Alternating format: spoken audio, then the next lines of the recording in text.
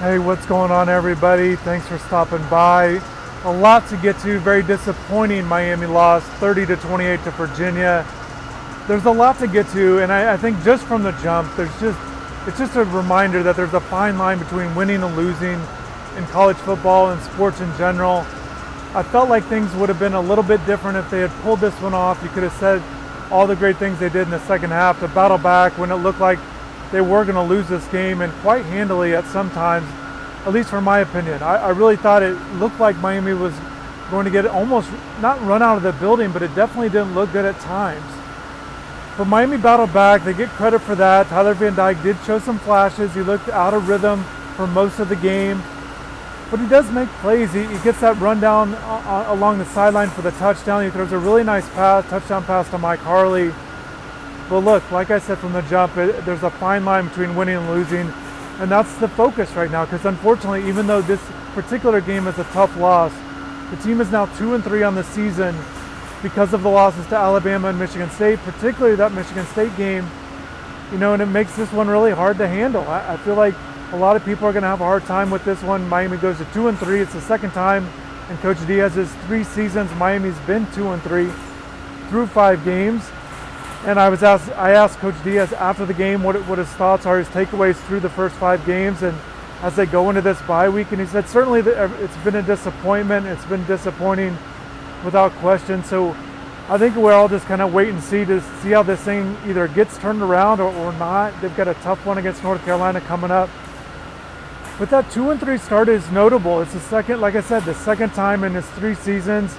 Prior to that, in the previous 19 years before Manny Diaz took over as head coach, it had only happened twice at Miami. Randy Shannon did it once, and Al Golden did it once. So 2-3 is very disappointing all the way around. And I think that's where you got to start with everything, because the losses are just piling up. And I think that's the biggest takeaway with what's going on in year 3. Diaz drops to 16-13 overall. Certainly not where he wants to be. Certainly not where this team needed to be in year 3 after going 8-3 a year ago. A lot of veterans back. I think specifically about this game, some takeaways. I touched on some positives late, but I thought early on, very disappointed that the offense couldn't get going. I understand Tyler Van Dyke's making his first ACC start, but this was the Virginia team, I apologize, that allowed 96 points in its first 2 ACC games. So you feel like if you're Miami coming into this game at home, sense of urgency.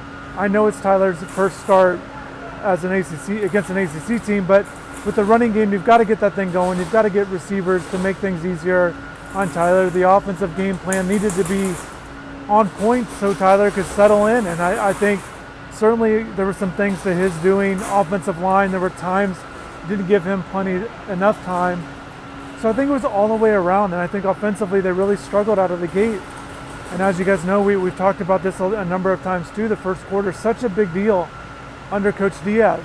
11-0 when they lead under him after the first quarter. Now they're 5-13 when they're trailing or when it's tied after the end of the first quarter. So that certainly needs to turn around. But so I thought early on there were some points in the game. I thought there were some drives where they weren't able to take advantage of some things.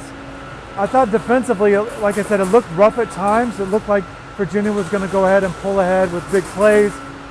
I feel going into this game, Brennan Armstrong had been very impressive in the first 3 games. I thought Miami did a good job for the most part, not containing them, but at least preventing the big passes. He got that 36-yard touchdown pass where Wicks caught it as he's falling down, and that's a tough break for Miami. Clark was right there, but he wasn't able to come down with the play. And again, it's a fine line between winning and losing, and that's one of those plays that you're going to look back on. And certainly, obviously, the big missed field goal by Borregales there from 33 yards out. But just throughout the game, there was just plays that needed to be made. Defensively, Corey Flagg had that nice pick, kept Miami in it there. But even as the first half's going along, you kind of look up and it's only 9-0 at the end of the first quarter. Miami does get that touchdown, so it's 9-7. So even though the yardage totals were completely in favor of Virginia, it didn't look great for Miami. Sometimes you just have to play the scoreboard and look, and maybe you look at it from a Miami standpoint that if they could have just settled in, I feel like with that second quarter, the way that ended, Virginia was able to get a late touchdown drive.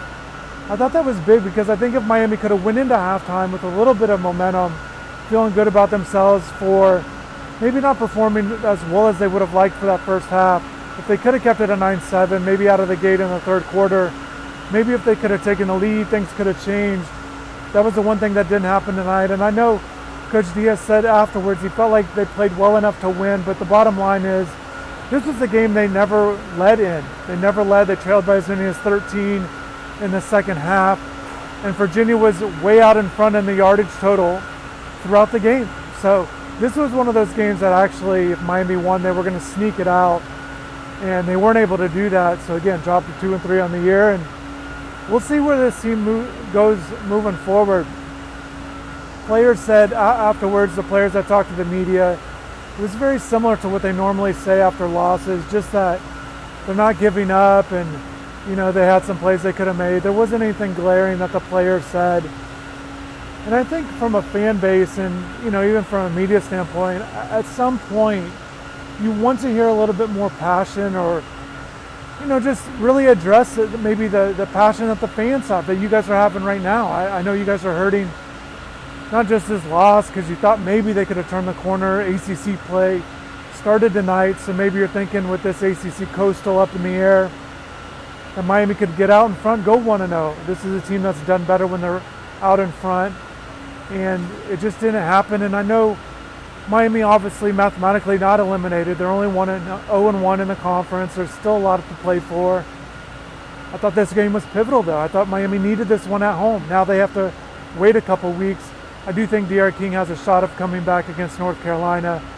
Obviously a huge game, especially with what happened last year against North Carolina, but Miami's got a couple weeks to get ready for it. It's a big game on the road, and the way it sets up now, the rest of the schedule, so Miami's going to go on the road and at home. They're going to alternate all the way through the rest of the season, so they're going to be able to get into a rhythm with their schedule. NC State and Pittsburgh are up next as well, so these front four games of the ACC schedule certainly will be telling, and Miami's got to stay in the mix. And talked about it, I don't know, a number of times already on this video, just the fine line between winning and losing, and that's what happens. It just, you can't drop games, they can't pile up, because I know there's a lot of discouragement, especially with how this thing was going. And look, Miami's not looked good in a lot of these games. They get the win against Appalachian State, but they didn't look great in that one either. Michigan State certainly blowout, and Alabama, you guys know that as well. So Miami not only has to figure out a way to get wins, but they got to figure out a way to play better in multiple areas, multiple positions. They've got to get better play, and I don't know if, you know, at this point it's starting to become, you know, does Manny Diaz have the answers?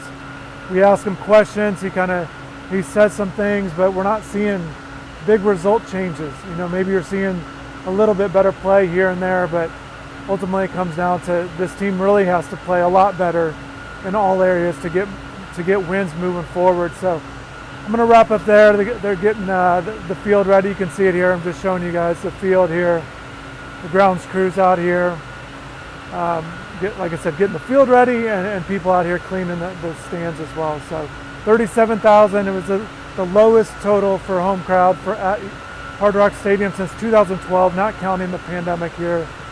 So we'll see how things go. Just thanks to everybody for watching. Definitely disappointing. There's no real other way to say it. So thanks again for watching. Well, plenty more post-game coverage as well as plenty of content on the site still, regardless of wins and losses. There's a lot to break down, more stuff to get to in the bye week, and really analyze some areas that maybe Miami can improve on. So thanks again for watching, and take care.